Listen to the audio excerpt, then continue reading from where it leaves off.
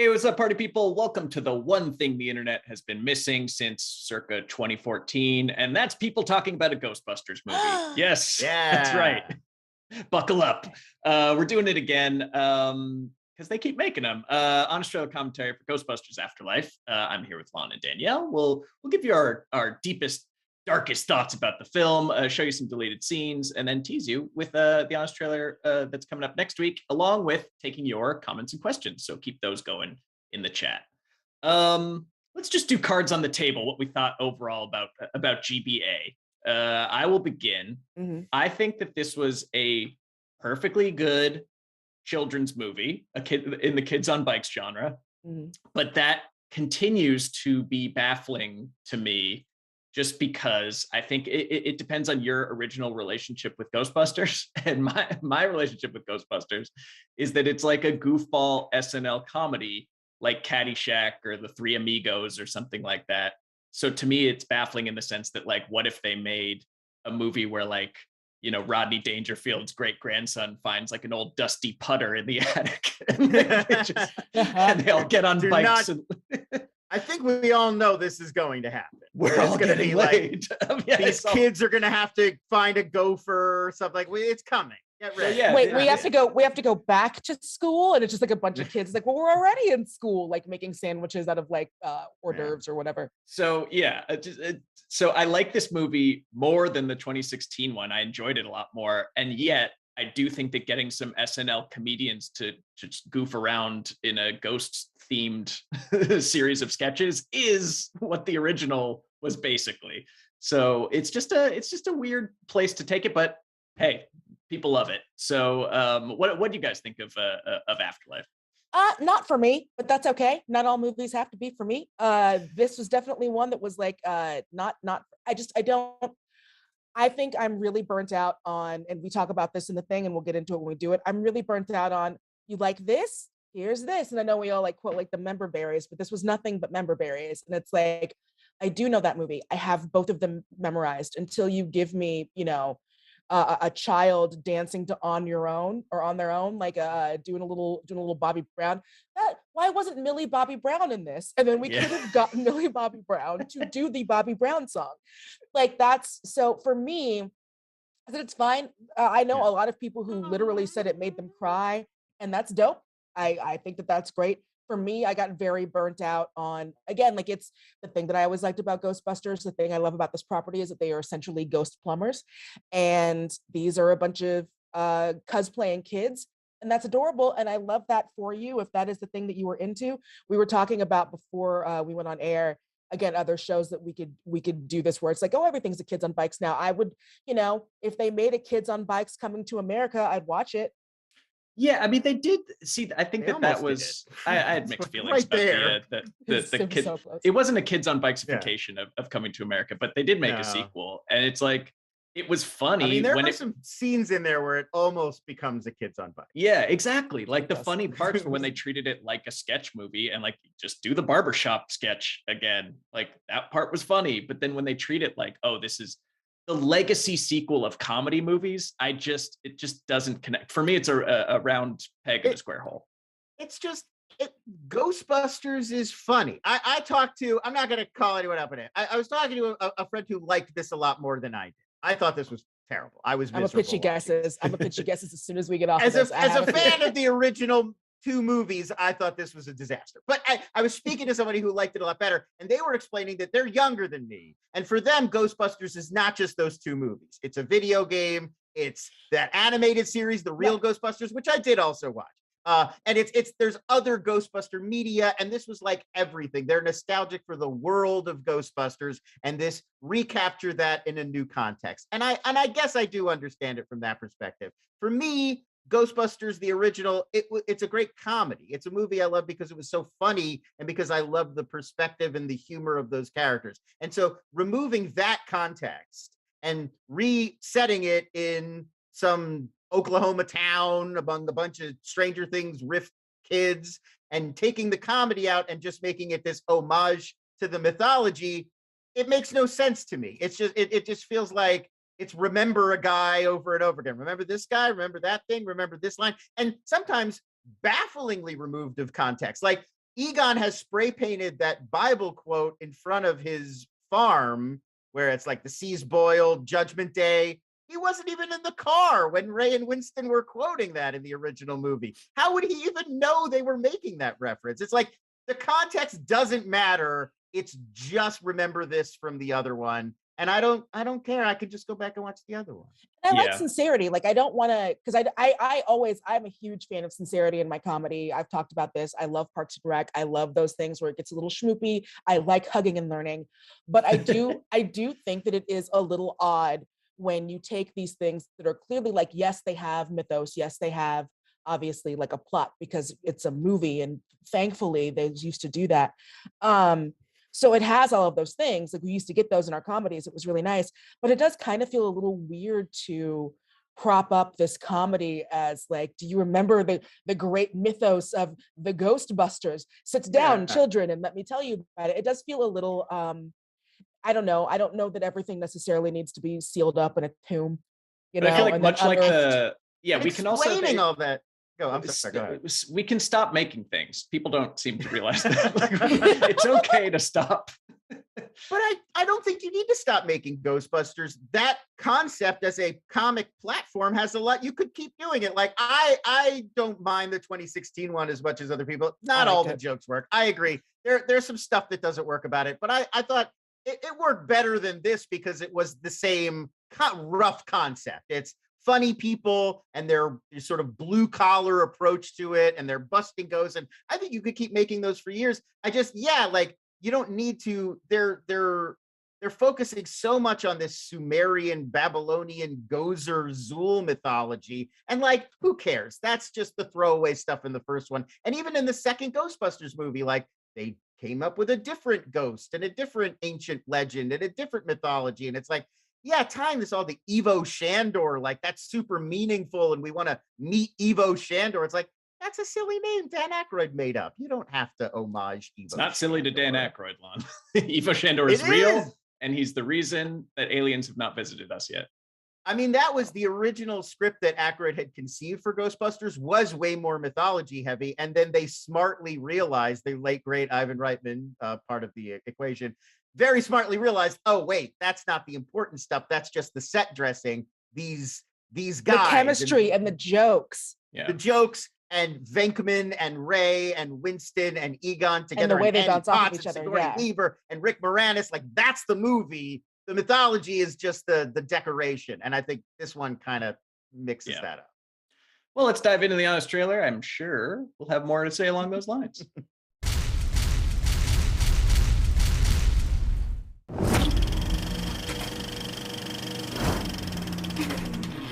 From the studio hanging on by a spider thread and the guy who made the 1984 classic, Skid, comes a film that invites you to remember how great the original was. And that's it. That's the whole movie. Ghostbusters Afterlife. You loved the Ghostbusters when they looked like chain-smoking janitors, thrilled when they became Saturday morning cartoons, and reacted in a totally calm, proportionate manner when they were recast as women. They're making Ghostbusters with only women. What's going on? I wonder how many times we can use this clip. Instead of making the kind of movie where Busted made you feel good, Sony will give you a 2-hour-long BJ to your nostalgia for the original. Just a quick pause. I'm sorry. How many celebrities, because is Dan Aykroyd one of the celebrities who has gone on record to say that they have boned a ghost? Oh, wait, I didn't know what? No, Kesha, I believe you're referring to Kesha. Kesha that she had sex with a ghost. That she has, there have been a few celebrities who have said they've boned a ghost. It's a true thing with ghosts. I remember the Kesha thing because a lot of people made Dan Aykroyd in Ghostbusters reference. I don't know if Aykroyd really believes in ghosts or if he's more alien focused. He's more of an alien dude, but I think he's just all in on everything paranormal, which is like, it's cute and kooky when you're rich, but when he's like your Lucy Liu neighbor. Huh? Oh, right. Yes, there was a Lucy Liu story. I remember that too. Dan Aykroyd. Of course. Paz de la Huerta. Oh, that makes all the sense in the world, right? Yeah. Kesha. Okay. Yeah. Mm-hmm. someone named Coco Austin, unfamiliar with their work. Oh, I don't and know who they are. Ice-T's wife. Oh, Coco. Oh, is Okay. that Coco? Okay. Oh, Coco, Well, yeah. why are we giving her a last name? It's Coco. Yeah. Coco's and- Booty Tuesdays or whatever it is. Yeah. And Natasha Blasik of Paranormal Activity 2. There you go. Yeah, So a lot of people the banging list ghosts. grows All by right. the hour. Yeah. But Bustin' does All make of you our feel good, in fact. All of our sanest and most grounded celebrities. Surprised no Demi Lucy Moore on Lou's the the only list. one on there that's like, That's true, yeah.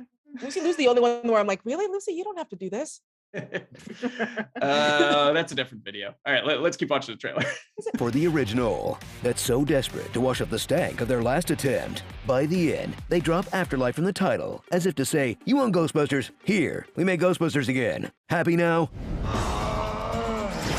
Travel to Somerville, Oklahoma, a location that honors the original's roots by being secretly Canadian. It's one of those small towns that becomes a big town whenever there's a car chase. And it was home to the late scientist Egon. See, right when your favorite character started the Ghostbusters, he also abandoned his family. Sorry, that's canon now. Pause. Embark on a Yeah, I know we talk about it later, but it's like, what is and isn't canon, and what did and didn't happen in this movie is very perplexing to me.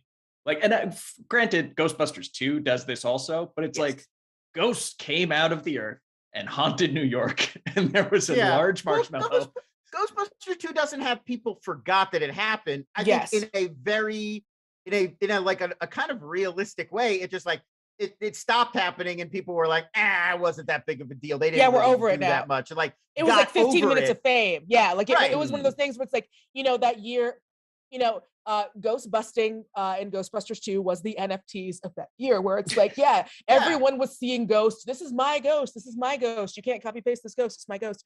And then, like a year later, everyone's like, remember ghosts? God, that was dumb. Right. And that is, if ghosts stopped being as prevalent, people would get cynical about it right away. It's just like how real people had to like work very hard to prevent Y2K from happening. But now if you mention Y2K, everybody's like, that didn't even happen. That was dumb. It's like, no, it had the same thing would happen with ghosts.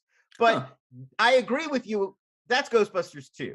I agree with you on this movie where people forgot that it happened, even though you can pull up YouTube videos of ghosts in New York.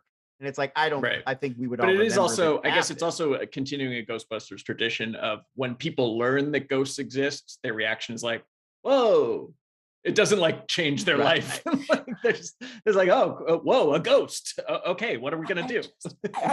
Ghosts are real. I feel very strongly that if someone walked down the street as the Statue of Liberty to a soul song, that it would be a thing that like you would remember. You might make fun of it. There would probably be like a few tasteless video games or things like that, like as the tragedy happened, because people did have to die. Yeah. There's no way people didn't die during all and I mean, that. their excuse in the movie is like, well, these are kids, they weren't alive yet. It's like they weren't alive for 9/11 either, but they know that it happened. Fair. It depends which YouTube channels they're watching. Yeah, right. Maybe if they believe that it happened. But I guess that Podcast might not. Yeah, podcast might not. Well, that's the thing is like the stature of Egon in this future is like he's either one of the Ghostbusters that stopped the ghost invasion, or he's like some strange old dirt farmer that nobody seems to know who he is or what he's up to. Like, get off my lawn. Yeah, it's a small town. You'd be like, oh, we've got a local celebrity. This was a Ghostbuster. Like, check out Egon. Look, Dave Chappelle still goes to all of his like small town, as we've learned, all of his small town council meetings. It's true. So Egon used to go and be like, no low affordable housing. I'll move my dirt farm right out of here. No more busting in this town. I think they didn't recognize Egon because he always kept his face just hidden by shadow, just obscure. You could see the side, you could see the gray hair, but you couldn't see the face. Crucial. All right, let's keep going. Embark on a new journey with a next generation of Spangler when they move into his old trap house. This isn't a farm, it's a trap. Like his daughter Callie, who hates her dad so much, it extends to the abstract concept of science. I just have an allergy to science. What are you up to? The experiments. Ugh, lame. Trevor, a dirtbag who spends the summer trying to reverse jailbait a townie. You're 15. I'll be 16 in February. And McKenna Grace's star turn as Phoebe. You may remember her as young Tanya Harding, young Captain Marvel, young an Daphne amazing from young Scooby-Doo, streak. young Malignant, young Emma from Great Once, run. young Hill House, or opposite young Sheldon. But now she's all grown up to play, well, basically young Egon. I'm a scientist. And while her grandpa's awkward jokes got balanced by two comedy legends, Phoebe will get hung out to dry like a first-timer at an open mic. Why should Yeah, you never pause. trust Adams? I think this was a cruel decision by the movie to be like, okay, we've got our Egon. Now, our Ray and our Venkman, we'll figure that out later, but we've got our Egon. Yeah. Like they Yeah. did nothing to Instead develop of the funny other, like, people, the kid crew. It Can was we get a her, kid and then who- the teenagers were completely sidelined except for her. yeah. Can we get a kid who loves podcasts and then one of the Stranger Things? Oh kid God, is I like, forgot about podcasts. I don't know, yeah. some weird creep. We'll figure it out later. Like it honestly feels like they wrote down like he's just kind of a weird creep, and then they never revised this note at all. It's a lot of eye rolling, and I can't. You in your comedy, if someone makes a funny joke and it doesn't work, then yes, you have to have it ping pong off of other people. It can't just be everyone else going, "Oh, brother." Oh. It does. I mean, she purposefully loves. We're going to make a huge movie long thread of her. She loves bad jokes. Yes. On some level, it feels like you just want an excuse to write a bunch of To not dumb write good jokes. And like, Yeah. and honestly, they're not even I do it all original. the They're time. I like get it. Yeah, they're I like get it. famously bad. They're like bad jokes. Everybody already knows bad jokes and like puns, and it's just like It's like the Rock and Jungle Cruise, where they're like, yeah, well, it's like a like crutch. that, back when people used to read books and you would keep them by the toilet, like those like dads, like 99. 1001 jokes to read on the toilet or like whatever, Yeah, I mean, they're like, I don't know the details of how this movie was developed or the development process. I don't want to say this is true or not. This feels though like a script that was written very quickly. There's like a lot of threads that kind of don't get pulled all the way through, and like stuff that just kind of is abrupt. Like they get kicked out of their home on the same day that they inherit a new home from a relative they barely knew, and it's like just in time for the kids to start school on the first day. And then like Paul Rudd's got this like backstory where it's like he's a teacher, but he's kind of there for this other reason, and he's a secret seismologist, and then we never follow through on any of that. And then plus stuff like an excuse to just fill in gaps with bad jokes purposefully instead of writing good jokes. It just all feels like we got to just crank this out. We got 2 weeks to get a Ghostbusters movie. yeah, I don't know if To me, it didn't seem like rushed. It just seemed like it's not. I mean, they're not working with like 3 or 4 of the greatest comedic minds of their generation. It's You can just like- really not plug like- in Yeah. you can plug any plot hole in when the jokes are really Yeah, good, and exactly. we're Like, not gonna Ghostbusters like is a it. sloppy movie, but it doesn't funny. matter. There's What? no excuse for nobody having funny lines. Like Carrie Coon and Paul Rudd are funny. Yes. Why don't they have funny things to say or do? Yeah, Carrie Coon. That is a thankless role. She is just like the. And she's What a very waste of a funny Carrie in other Coon. things. Carrie Coon is funny right now in The Gilded Age, and it's not even a comedy show. Yeah. All right, let's keep going. Why should you never trust Adams? Because they make up everything. That's funny. No, it's not. What do you call a dead polar bear? Anything you want. It can't hear you now. Oh, it's funny. I just thought you were being obtuse. Was that a geometry joke? Yes, that's why I winked. See, if we keep pointing out the jokes are bad, then we're actually being clever. Come on, not a single bar. There better be a bar. That's funny. Fine, forget it. How about the word podcast? That's a funny word, right? And podcast. Why do people call you podcast? Oh, I call myself podcast because of my podcast. Why aren't you laughing? Legend Dan Aykroyd returns because he learned nothing from his other legacy sequel. In fact, the whole classic Ghostbuster lineup has been bribed out of retirement. And just like Egon, they're sad old men who stopped being friends. Oh, we could barely keep up our mortgage. Some actor bought up most of Tribeca and we lost the firehouse. Fun! But because Rick Moranis is saving himself for one last Honey, I Blew Up the Paycheck, Paul Rudd is the new Yutz who gets possessed. You don't want to be here. I don't want to be here either. Watch him test the theoretical limits of his own charm, because now is just not the time for flirting. I think Kevin pointed this out, but it was too late to work it in, is that Rick Moranis and Paul Rudd, both famous for shrinking. Oh, Very good. Yeah. oh, that's Well good. done, well Like, done. get me, Well we noted. can't get Moranis back. Who else Give me shrinks? another small guy. Who's the smallest guy in Hollywood?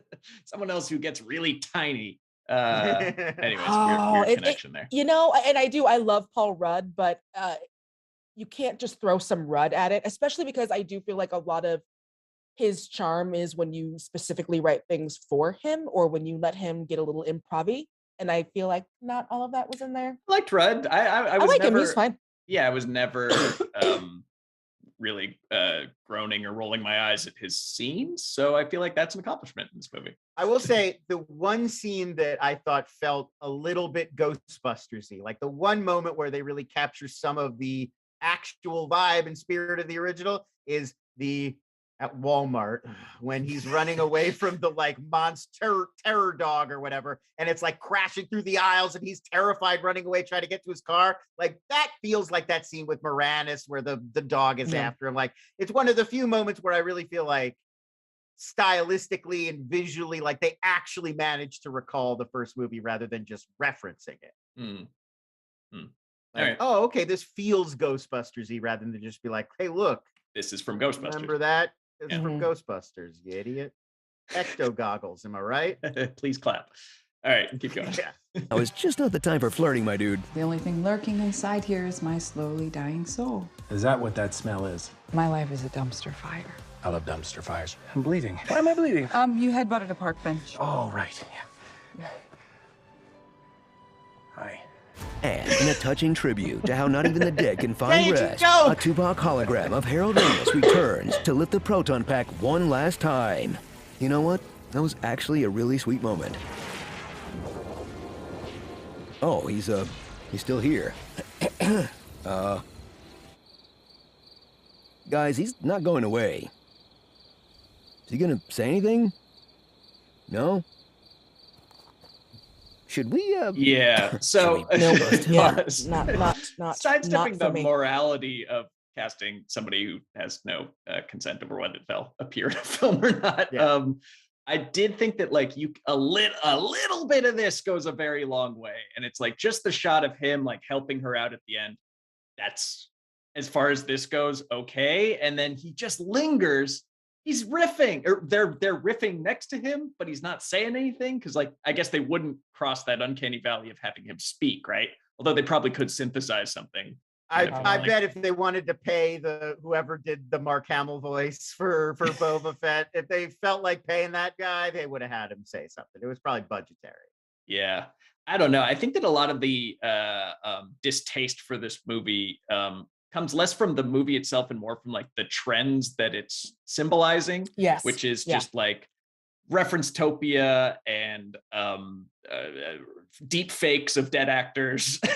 And like it's the nadir of those. Like I can't think of a worse, cheesier it can example. Get worse. It can I mean, Space theoretically in the future. Yeah.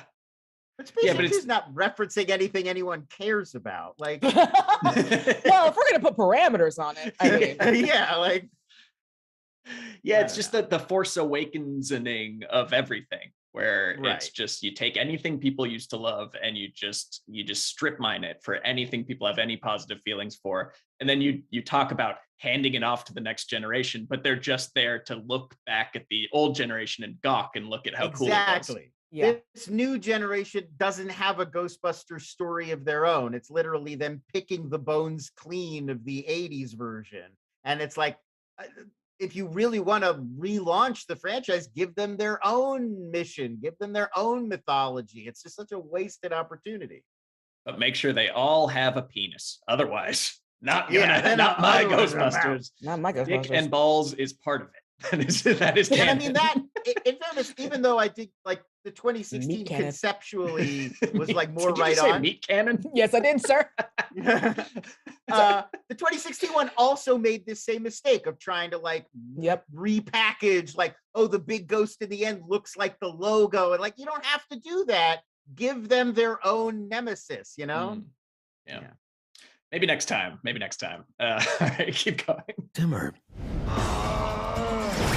So gather into the station wagon for a film that treats the originals like a holy text, even though it can't make up its own mind. A note about the that we keep showing the Ghost Dome for every interstitial.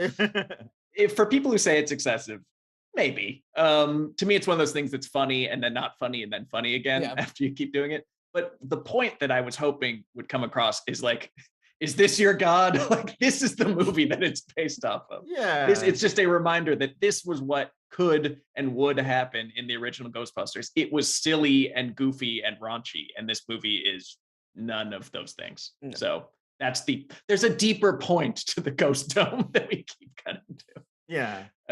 Anyways, keep going. Even though it can't make up its own mind whether anyone's heard of them. How do you, of all people, not know about this? I'm ashamed. You know what this means, right? Your grandfather was a Ghostbuster.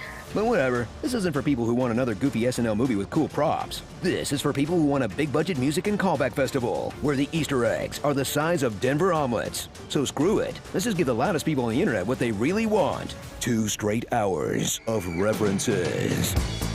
I love this song so much. Great sound alike.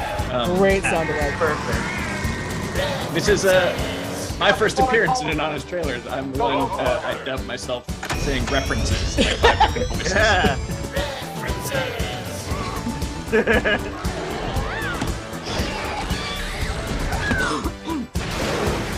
Yeah, that seems. This feels a little bit around 6000 BC. Evo Shandor. New York. Old riveted apartment building made girders out of selenium girders. with cores of pure selenium. Gozer, protected by a powerful gatekeeper and keymaster. Behold, there was a great earthquake.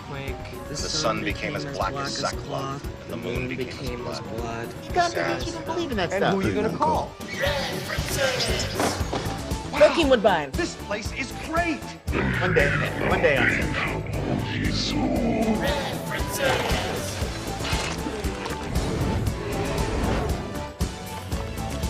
Those are the Gozerian. As the duly designated representative of the city, county, and state of New York, I order you to cease any and all supernatural activity and return forthwith to your place of origin. Are you the god?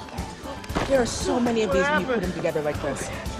Shot for shot, too. The whole movie. It's a 5-pointed star. We have the tools, we have the talent. Welcome to Baskin Robbins. Would you like to try our mango fruit blast? Okay. What's going on there? Pause. Story. Yeah, we gotta talk about this.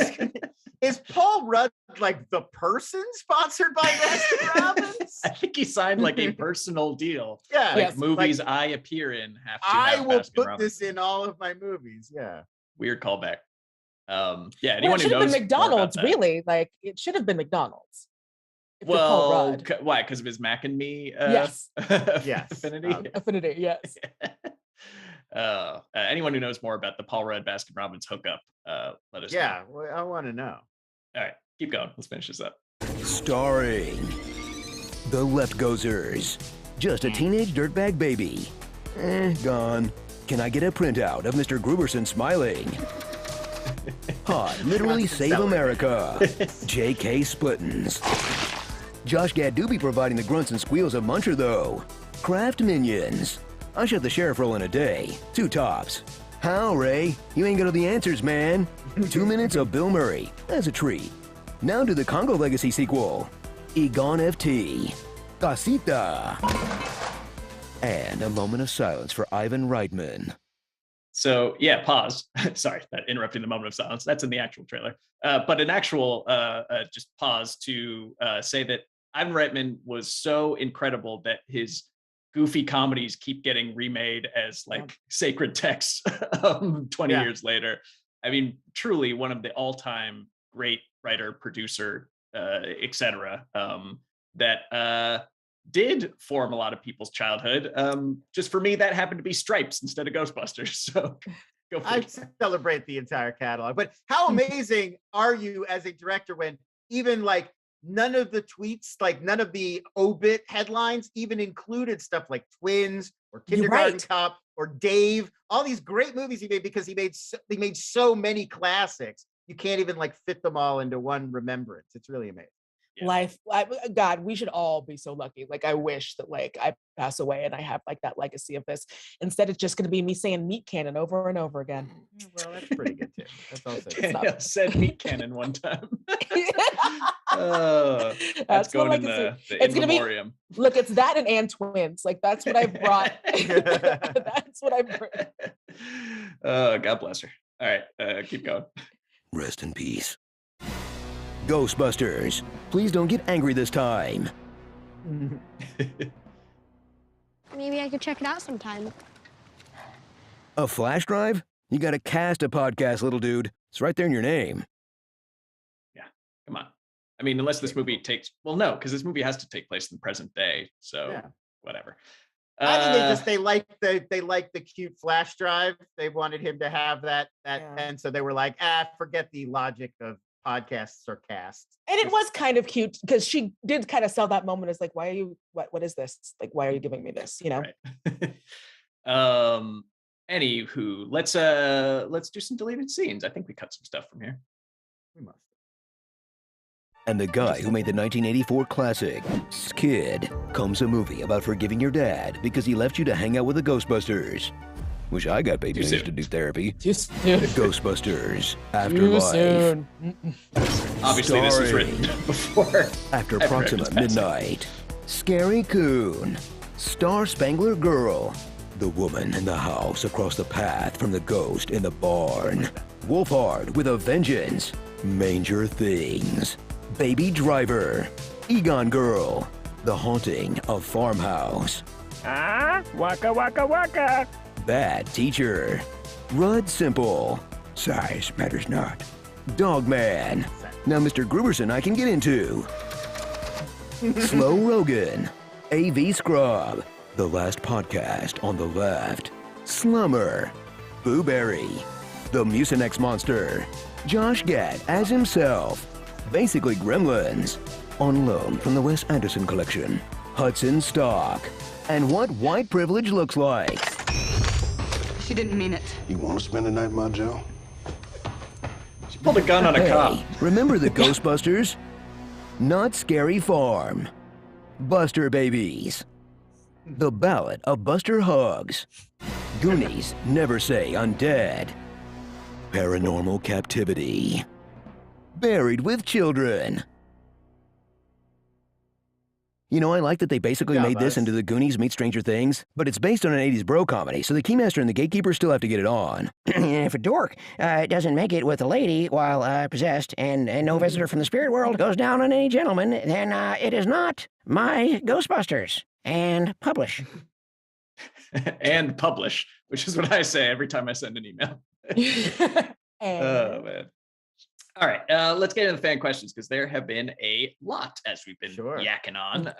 First of all, Trevor Reese, here's a quick one. Lon, are you wearing a Brian Kessinger Star Wars Calvin and Hobbes shirt? I am. Yeah, nice. It's Calvin and Hobbes, but as Han and Chewie. There you go. Shirt, yeah. Those are two things I like, so I clapped when I saw them. Let's see. Evan J. FJ Pretz asks, what other Ivan Reitman movie do you want his son Jason to make a more serious sequel to? I say Dave or Evolution. Kindergarten Cop would be the one where it's just like a badass cop movie with Schwarzenegger's character from that, and it has nothing to do with being a teacher. Oh, well, see, I want twins because I want it to be like that thing of where they're going back and rediscovering their heritage and like how sad it was that they never got to be around each other. And really the tragedy of what happens when one person gets all the good genes and the other person gets all of the leftovers or whatever. I mean, there's like drama in all of his, all good comedies work as dramas first. But you could do one for Stop or My Mom Will Shoot for sure. I think I've told this story before. I have to tell it again. The only reason I know that Stop or My Mom Will Shoot is a thing is because we used to, long story short, have a bunch of just random video cassettes of like movies that we would like double tape from renting them. And so on the same tape as Stop or My Mom Will Shoot, which was first, was Basic Instinct, which was second. And Danielle was learning some things about herself. And so I've seen a lot of the end of Stop or My Mom Will Shoot. Classic. It's a classic movie. Yeah. Yikes. Let's see. Well, Pericles Dragon Balls asked, what movie, if any, would you like to see get a legacy sequel? Is there anything you would like to have, like the requel, that the handoff of the baton to the next generation? Doesn't even have to be a comedy. Oh, I mean, like we don't have a great track record on this, especially with you know, like now that like if we're going back to the stuff when I was a kid, those people are very old now. So I kind of Hackers. Hackers. Yeah, Hackers can be fun. Yeah. However that works now. Yeah. I mean, I've got one. I would still like to see. I believe Russell Crowe and Paul Bettany could still go back and do a Master and Commander follow-up. Now that's been. They're still making them, aren't they? No. There are books, right? There's always talk. There's a lot of books, and there's always talk about doing another Captain Jack Aubrey movie based on a different one of the books. But I don't know if they're going to necessarily bring back Crowe and Bet, and that's what I would say. I'd be into it. And I feel like every generation could get its own Office Space, like as work culture changes. Although I guess that was like it was Office Space and then it was The Office, but now it could be something else, like a Mike Judge workplace comedy with, Michael Bolton in it. He's doing King of the Hill and Beavis and Butthead again. Why not Office Space? Why not another Office Space? Let's pass the baton to a new Beavis and Butthead. Well, but this Mike time Judge they're is ladies. coming back and doing more Beavis and Butthead. Speaking of which, Matan Valinsky asks, which female-led movie do you want to see an all-male reboot to? Steel Magnolias. Steel Magnolias. Yeah. That's a good pick. Yeah. Don't talk about me like I'm not here. Or if you're not telling me that Timothée Chalamet could not completely do the Julia Roberts role in that, like he could definitely do that. That was an interesting film. That's a great Wow, what female ensemble film? Let's just see two dudes do Carol. Let's just see two guys fall in love over a lost glove in the 50s. Yeah, you could. Yeah, maybe Bound. Yeah. Who's the Joe Pantoliano? So what woman plays the Joey Pants? Yeah, the Joey Pants role in the male-fronted Bound. That's the real question. Oh gosh. Yeah. Black Swan.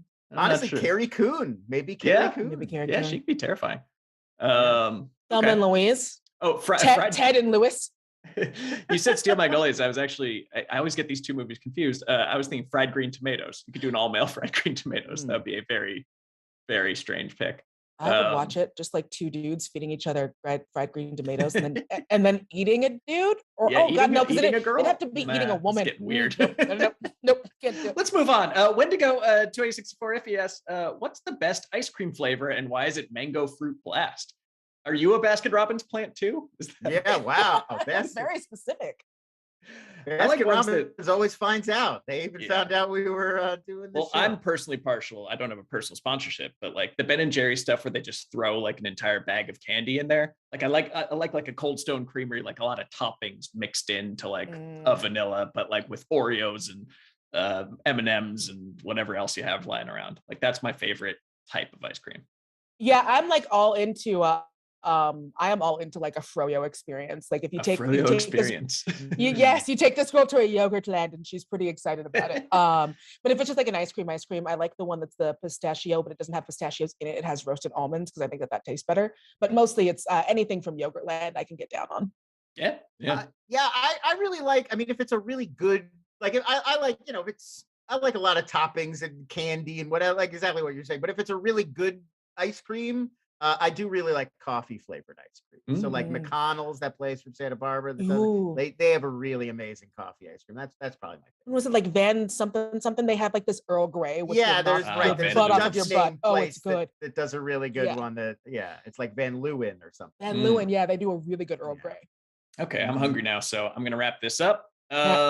We will be back next week. I know we talked about doing something in a trap house this week, but next week we're moving to the crack house.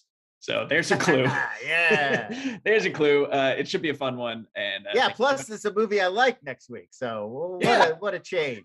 How exciting. Very excited to bring you our spectacular next week. So we'll see you then. Thanks for joining us on Australia Commentaries. Bye-bye.